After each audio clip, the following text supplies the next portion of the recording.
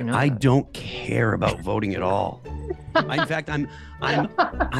There's like my gut is it's probably a bad idea. The only thing good about voting is the fact that it keeps people from revolting. I didn't expect this take from you. Wow. All right.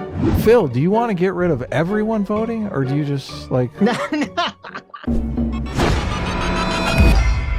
An area where I very much diverge from other socialists, I would say, or even more orthodox Marxists, that I believe the neoliberal mechanisms of control, specifically, it's just, how do I describe it? Free market markets are better than the government at dealing with everything. Okay. Isn't that like beyond argument? Phil, you now, want to though? respond? Well, I mean, isn't that beyond argument? Like that markets are better than command economies? Well, I How think do you determine markets. what price Look, is? Believe that, obviously. Oh, everybody's talking at markets the are a same million time. times better. Yeah.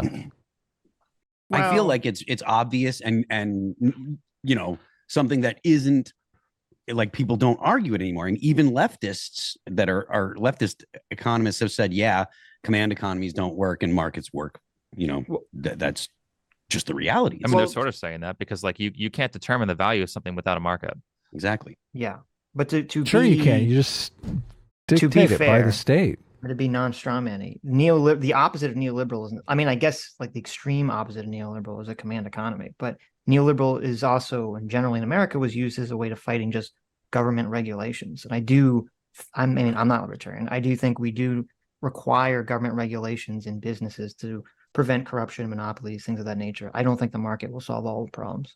I don't agree about preventing corruption because there's plenty of corruption in government. So the idea that market or that markets are more corrupt than or without government, I don't agree with that at all. Well, I mean, I assume you agree with the whole, the Jordan Peterson, all hierarchies tend towards corruption, and you have to be like forever vigilant fighting against it. Yeah, That's why it's so important that you have an educated populace or people who are strong. That's why I don't like a lot of again the welfare for people who are physically or mentally incapable of working a job that pays enough for them to live a decent life. Yeah, maybe like they can't so they're not homeless on the streets, stuff like that, just because they can't afford things. I think that there's a reasonable argument for that. But welfare for people who are fully capable of working a decent job and making good decisions, like I don't like that because then it makes it easier to corrupt everything because people are stupid and easy to control when they're not strong. Like if you look at young people today, there's a problem with men just checking out, right? Young men checking out of society. They're not motivated. They can't get jobs that they like or whatever. They get menial jobs and they just kind of waste away, sit around smoking weed and playing video games. If you were to institute a basic income, I have a feeling the majority of people, now there would still be high achievers and people that would go out and do great things, I'm sure, but the majority of people would just, specifically men, would check right out. They'd say, you mean I can sit here and play video games? And like, I don't need a nice apartment. I got a room, I got a bed, I got video games, I got the internet, I got porn, I got weed, sure, I got food. There are a lot of dudes that are not ambitious. And if you don't give them a reason to be ambitious, they're not going to go do anything. And I think that we would have a significantly higher number of people that are just checked out of society. Yeah, and then we would lose out on other innovation too. That's why I think a lot of this is more centered towards why is housing and medical care so expensive? Let's see if we can address those problems. Like why are we spending $1 million for a $100,000 house? I'm not convinced that those people that I'm referring to are all that would be all that useful, but that doesn't. Well, no, if you could, I mean, some people just need a little kick in the ass before they kind of get it. But if you work God, the wages have changed so much since COVID. But if you worked like a $50,000 job, like an average job, and you couldn't afford a house, or you couldn't afford a house until you're at 150,000. Like, well, what's going to motivate you? Yeah, and they're motivated by women. Hugely demotivated. So these terms are like, oh, you can't get a house unless you're one of the most productive people in society. Well, that's ridiculous. I think, as far as I remember, some of these markets used to be so cheap that you could afford a house or some sort of housing making almost no money. You could work at Walmart and afford a house. Yeah, or some sort of like even like a studio apartment or a one bedroom or something that would reflect a home. Yeah. So it's ridiculous that you can't, like in California, you couldn't afford, like without 3 extra roommates, you couldn't afford a 1-bedroom apartment in California on minimum wage. Well, Yeah, I it's mean, ridiculous. I agree with like that obviously we should be not incentivizing people to stay on welfare, and that if people could, I do think a lot of people would just smoke weed, play video games, watch porn, and get a government check all day if they could. I definitely think that's a very real possibility. But even in a situation where that wasn't the case, where we had either a culture or the systems were set up so that wasn't available to most people, so we had, I guess, so what you would call a stronger population, or a more motivated, I guess, or will-driven population. I don't think, I mean, I think that wouldn't really solve corruption problems, because I think that doesn't like fix people's ability to fight against corruption, just if they're stronger or more active in their lives. Oh, if you have a house, if you have free income, yeah, it does. I mean, like there's a reason, like if you're super corrupt, you want to destroy the middle class. And obviously the more people at the lower end of the spectrum have better things, the more likely you are to get a middle class who has, freedom of choice, or like even weird things like, so if you want healthy organic meat, or like the healthiest meat you can get to be efficient, you have to have an extra fridge, like in a garage or something like that, because what you need to do is buy a massive amount and then just store it and then eat it throughout the year. Versus if you want to buy it, if you don't have it, if you have like an apartment and a small fridge, you have to spend ridiculous amounts of money for it at the store. So I don't know if that's the best example, but the more the more free time you have because you have extra wealth, like you can take off work to go, sit in a PTA meeting or things like that, or you have space to put things so that you can fund businesses who aren't screwing the market over because you have space to store bulk product. So that's where I think that comes in. I mean, it sounds more like if everyone was like a kind of classically type A person, I would agree. I don't think that's feasible. Well, what you would get is like not everybody's going to change their personality type, but more of the type A's who are limited by economic strife because things are too expensive would be able to act. I guess. Yeah, but I don't think that's going to stop, businesses from trying to. I mean, oh, it's not. No, you have to be like evil and sociopaths and bad people are always going to exist. It's just you want more people fighting against that, so it doesn't get out of hand. Of course, right. Because as smart as one person can mean, one person can't fight everybody. There's going to be some weird market they don't know about that affects the normal person. Like, I don't know, like maybe some toilet market that nobody cares about, but now toilet paper's expensive. Some ridiculous shit. Well, I guess just to be more like concrete, I do think we do need a government agency or something to regulate, food safety and medicine. I don't really buy into I don't disagree with that. Yeah, I don't really buy into the idea my bigger problem with those the market is will figure out, who's not poisoning you with their food. Yeah, there needs to be some sort of thing checking, especially with medical stuff, because people have been lying about medical interventions for years. There's a reason why the FDA exists. I just don't think it should cost hundreds of millions of dollars to get a drug approved. Oh yeah, obviously. But that's the problem and that's what I think Phil was getting at, which I agree with to an extent, which is that, wherever the trappings of power exist, wherever the hierarchy exists, the corruption is going to try to seep into it. The government is not immune from corruption, but neither are markets or private business. Or people. They're composed of people, so obviously, yeah. I think that there is two different, as reductive as possible, there's two different types of control. Control is always going to happen. This is what the state is there to do, right? Under liberal capitalist democracies in the West, you have a neoliberal mechanism of control that dulls the masses through commodities, gives you the false notion of choice. You feel like you have 32 different brands of Oreos, even though they're like owned by 3 companies that price fix, right?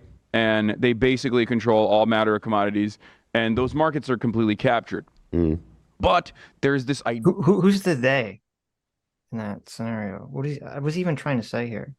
This is so weird because he pitches 32 different types of Oreos as the illusion of choice, just because they're owned by a limited number of companies. Right. I'm like, dude, it's still 32 different types of Oreos. What the hell are you talking about?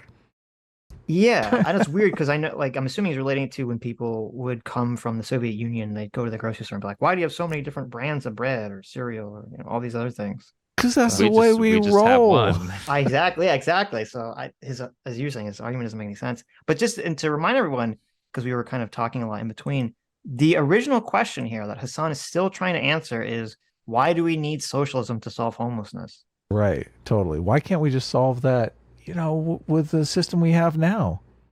Well, that would amount to Hasan actually having to do some work in the world. But we've gone on this like bizarre, confusing tangent about how, well, conservatives are going to attack all systems, to which Ethan said, yeah, but they're going to do that in socialism. And then now he's talking about, I don't know, cultural capitalist hegemony, maybe. Number of Oreos. Yeah, number of Oreos. It's important who you buy the Oreos from. That's my takeaway here. It must be from Nabisco. Yeah. You want the choice that you want is you want a communist brand of Oreos. Otherwise, you can't purchase. Yeah, like Ben and Jerry's Oreos. Good leftist company. Idea that there are, this endless, boundless amount of choices that you can choose from. On the other side, the more authoritarian mechanisms of control, which have existed. What's your opinion? I like the neoliberal one. I think that even in a socialist state, you should still very much give the people the false notion of choice and make it feel like they have a say in the process while doing mask off. What? Jeez, total mask off. Didn't he just say I don't like this, but then he said I like it now? Well, but he's saying, look, you got to give people. Look, he's saying in socialist state, people aren't really going to have a choice, but you have to give them the illusion of choice, just so they don't rebel. the bidding of, I mean, it's a pretty cynical worldview, but I think that, that's what states are supposed to do. Let me ask you this. And that will create a structure where there are significantly less people who are like, I hate the system right now.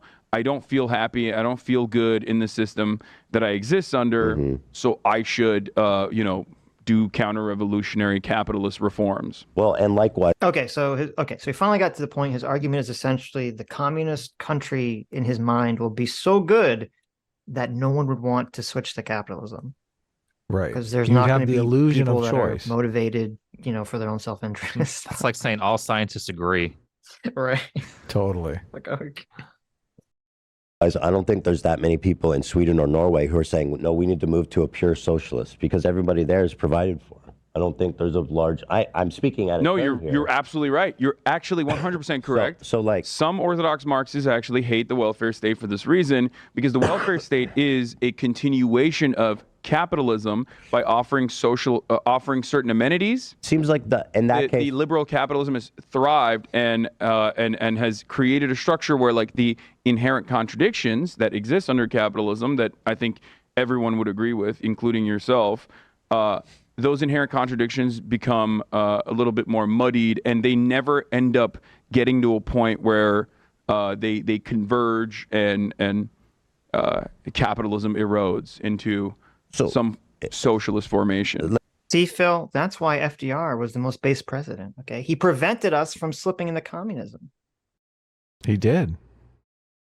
He fought the National Socialists, killed a bunch of them. No, I think Phil's not here. Isn't it funny that He's going to the bathroom? Yeah. Well, didn't the National Socialists fight the communists? Isn't that how Hitler got into power? Yes. Yeah, locally, Well, they teamed up with him, and then they fought him again. they teamed up with him before they invaded Poland, though, right? I mean, the agreement was they were going to split all the land between them. Yeah, they teamed up with the Soviets. Yeah. No, I mean, like in general, like in terms of when Hitler first started getting power, like before he got arrested, when he was doing political speeches, the communists would come and beat the shit out of everybody. Yeah, in Germany. We're talking about this. I just stepped away for a second, and I'm excited to hear that we're talking about Stalin and Hitler. Oh no! So while you were gone, Hasan basically laid out how the Orthodox Marxists were upset about social welfare programs because they basically act as gatekeepers to stop like society from getting so bad that people want a communist revolution. And I said, Phil, this is why FDR is the greatest president ever. He stopped us from turning to socialism. Like I said, I am moved by that argument. Okay. So good. But it is a good argument. Yes. I'm glad I moved you. Yeah, and so it was my argument, Sitch. I'm glad Adam moved. You guys can fight about it, but I am moved by that argument. Like it is a compelling statement. Like, if that's the case, then it's. So you're in favor of social safety nets? I didn't say that. If I'm given the option of communist revolution or social safety net, I'm going to take social safety net. Okay, look, we're making progress. Like I said, I am not. I don't even call myself a libertarian. Like, I really hate using labels because I'm not stuck in stone on anything. You're a libtard? I'm a liberal. I do call myself a liberal. There you go. So based. But when I say it, I'm thinking of, I'm thinking of classical freedom. Classical liberal and stuff like Enlightenment ideals. Yeah. Those are, in my opinion, good. I believe in the metaphysical basis for liberalism, that we can, come in contact with reality and we can reason and blah, blah, blah. Right. Yeah. Good stuff. Natural rights. Yes. Yeah. Did you know that it's not your natural right to be able to vote for your own government? I don't know if you know. I don't care about voting at all.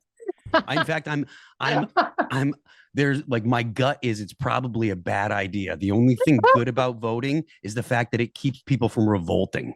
I didn't expect this take from you. Wow. All right. Okay. Because people, the fact of the matter is, people don't look into what they're voting for. They don't know the details. And nowadays it's so easy to sway people with bad information. Look at Hasan, he's like, there's a guy that... Yeah, but don't you think it's your right as a person, if you're living in a country where your government has the monopoly on violence, that it's your right as a citizen to be able to have some control over that? I mean, but it's just a show, because oh my God, I don't think that your vote counts very much. I don't think that it doesn't count much. But so if the argument is the Constitution with the protections set in stone that can't be interpreted and stuff, versus a democracy with a constitution that can be changed with the whims of the people, I don't know that the democracy that can be changed with the whims of the people actually is better. Well, I mean, anything can be changed. I don't know. Unless God comes down and dictates something, I don't know what you mean. Fair enough. But the point is, like, if you've got like the concept of a unchanging government with limited powers that really doesn't change, as opposed to one that can be interpreted, if those are your options, I don't know which one's better. I don't believe that people actually make educated votes. Wow. Like, I really don't. I don't think most people go and look when they're voting. And if you look at the last, that's ridiculous. If someone says a president is bad, therefore you shouldn't vote for them, that's an educated vote. They know they're bad. People are. I mean, we all know that people are swayed with emotion, and then they rationalize it afterwards. Yes. And so if that's the case, then whoever can make the most compelling argument, emotional argument, is the one who's going to get the votes. That doesn't mean that the solution that they're convincing people is going to work is actually going to work. There's no reason to believe that, we voted for this, so because we voted for this, it's possible for them to do it. I mean, I didn't think you were such an elitist. This is shocking to me. I'm not an elitist, because I'm not saying that I should vote. Okay, but so did we get into this argument where it should be harder to vote? I don't know. No, the thing is, there's an argument. There's two different things going on here. I am not saying, or I'm not making a policy prescription. I'm not saying that we should do this. I'm just saying that I don't think that the system that we have now actually produces the results that people say or believe that it does. Okay, let me try to steelman your position, or understand your position. It sounds like you're saying, a lot of people, they intrinsically value the right to vote as as a primary intrinsic value that is worth something for humans. And you're saying you would trade that, or that doesn't matter to you, for the more idealistic version of the government you want. Yes. Right. Okay. Yes. And again, none of the stuff that I am going to say when we're talking about this stuff, that I'm really, really, really opposed to me making policy decisions. I can tell you how I feel about things, what I think, my impression, but I'm not going to say that I know it would be better. Sure. You know what I mean? I mean, I think in theory, the great king Aragorn, who is just and wise in all ways, would always be better than a democracy. But in reality, in practice, you're not going to get that 99% of the time. And that's why you do want the democracy and the shifting of power and people voting and having control over things. I don't even think that it has anything to do with having control. I think it's only preventing people from revolting because they feel like they have control. Well, they do. Our politicians do. I mean, maybe so we have a disagreement. Our politicians, despite being corrupt, are afraid of getting voted out of office. They are, basically trying to listen to the bureaucracy makes the decisions. I think the bureaucracy makes the decisions. Congress doesn't pass any laws anymore that are worth a crap. They can barely, like, everything is a big omnibus bill that just says continue this. Like the vast majority of the government is run on a day-to-day basis by bureaucracies. There are multiple bureaucracies that make law by passing rules without any input from Congress. So I don't like the vast majority of the laws that we live under are actually rules set by the bureaucracy that we didn't have any input on. Hey, Sean, do you need to go? But... I just want to. Oh, I've got probably about an hour left. I said a couple of hours, but I wanted to get to the part where Hasan talks about his business strategy. Okay. But I think that's kind of far into the video. Cool. If there's a part, I don't know if you know what time it is. We can jump to it before you go. I don't. I can probably just transcripts it while you guys are talking. Okay. Find it. All right, go ahead. Sorry to interrupt, guys. Who's we can get back winning here? Is it Phil or is it? Before you go, I don't. I can probably just transcripts it while you guys are talking. Okay. Find it. All right, go ahead. Sorry to interrupt, guys. Who's we can get winning here? Is it Phil or is it? I'm not sure with the specifics of the fact find. Phil, do you want to get rid of everyone voting, or do you just like? Like, this is the thing. No, I just want to get rid of everyone. Nobody should vote ever. Look, people can opt out of voting. If you think you're too dumb to vote, just don't vote. Like, nobody thinks they're too dumb to do anything. People think they can fight bears. Okay, but wait a minute. Look, we have do you think system. You can defeat a horse-sized duck in a fight, Phil? You're a big guy. Listen, I think I would take on 100 duck-sized horses.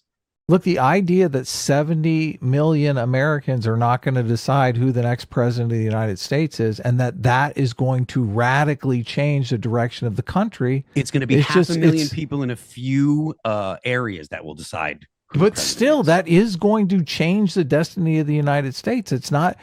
The elites are not making the decision. Those few million people in those districts are going to be the ones that make the decision who the next president of the United States is. And just that's a brute fact. Well, yes, that is true. But I don't think that the president has that much power either. Because I think if the president did, I think Donald Trump would have done more to influence policy. And he had the whole bureaucracy against him the whole time. Look, I think you could make an argument that, like, Ukraine might not have happened if Donald Trump stayed in office. That's a hugely different world that we're looking at.